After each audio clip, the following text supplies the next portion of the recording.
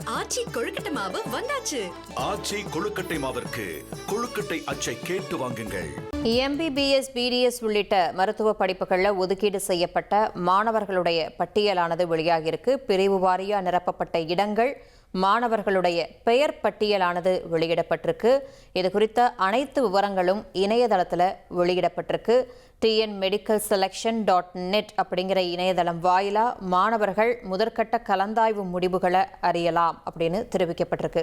இது குறித்த கூடுதல் விவரங்களோடு இணைகிறார் செய்தியாளர் சங்கரன். வணக்கம் சங்கரன், மருத்துவ படிப்பு தொடர்பான மாணவர்களுடைய பட்டியல் வெளியாயிருக்கு. இது தொடர்பான விரிவான தகவல்களை பதிவு பண்ணுங்க. வணக்கம். இந்த நடப்பு கல்வியாண்டுல மருத்துவ படிப்பு சேர்க்கைக்கான அந்த சிறப்பு பிரிவு கலந்தாய்வு அப்படிங்கிறது நேரடி முறையில சென்னையில நடந்தது. அதற்கு பிறகு பொது பிரிவு கலந்தாய்வு இணைய வழியில 13ஆம் தேதி துவங்கிடுச்சு. அது பாத்தீங்கன்னா தேதி ஒவ்வொரு டைமும் எக்ஸ்டென்ஷன், அதாவது கால அவகாசம் மாணவர்களுக்கு நீட்டிப்பு கொடுத்துட்டே இருந்தாங்க.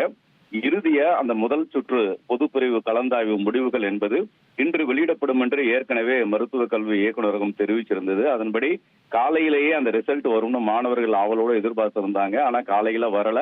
இப்போதுதான் இணையதளத்துல அந்த ரிசல்ட், ஃபர்ஸ்ட் ரவுண்ட் ரிசல்ட் அப்படிங்கிறத மருத்துவ கல்வி இயக்குநரகம் வெளியிட்டு இருக்கிறது. எனவே மாணவர்கள் tnmedicalselection.net அப்படிங்கிற அந்த இணையதளத்துக்குள்ள போனாலே முழுக்க ஒவ்வொரு கேட்டகரி வாரியாவே மாணவர்கள் எந்தெந்த படிப்புக்கு எந்த கல்லூரி அவர்களுக்கு ஒதுக்கீடு செய்யப்பட்டிருக்கு அப்படிங்கிற விவரங்கள் முழுமையாக வெளியிடப்பட்டிருக்கு. அரசு இடங்களை பொறுத்த வரைக்கும் பார்த்தோம்னா MBBS, BDS படிப்புல 7484 மாணவர்களுக்கு இடங்கள் ஒதுக்கீடு செய்யப்பட்டிருப்பதாக அதில் அறிவிச்சிருக்கிறாங்க.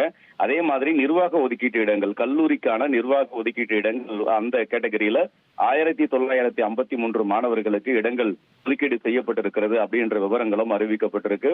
இதுல காலி இருக்கக்கூடிய இடங்களுக்கு அடுத்த சுற்று கலந்தாய்வு நடைபெறும். அது குறித்த விவரங்கள் ஒரு சில தினங்கள்ல வெளியாகும் எதிர்பார்க்கப்படுகிறது. நன்றி சங்கரன், உங்களுடைய விரிவான தகவல்களுக்கு. ஆச்சி கொழுக்கட்டை மாவு வந்தாச்சு. ஆச்சி கொழுக்கட்டை மாவிற்கு கொழுக்கட்டை அச்சை கேட்டு வாங்குங்கள்.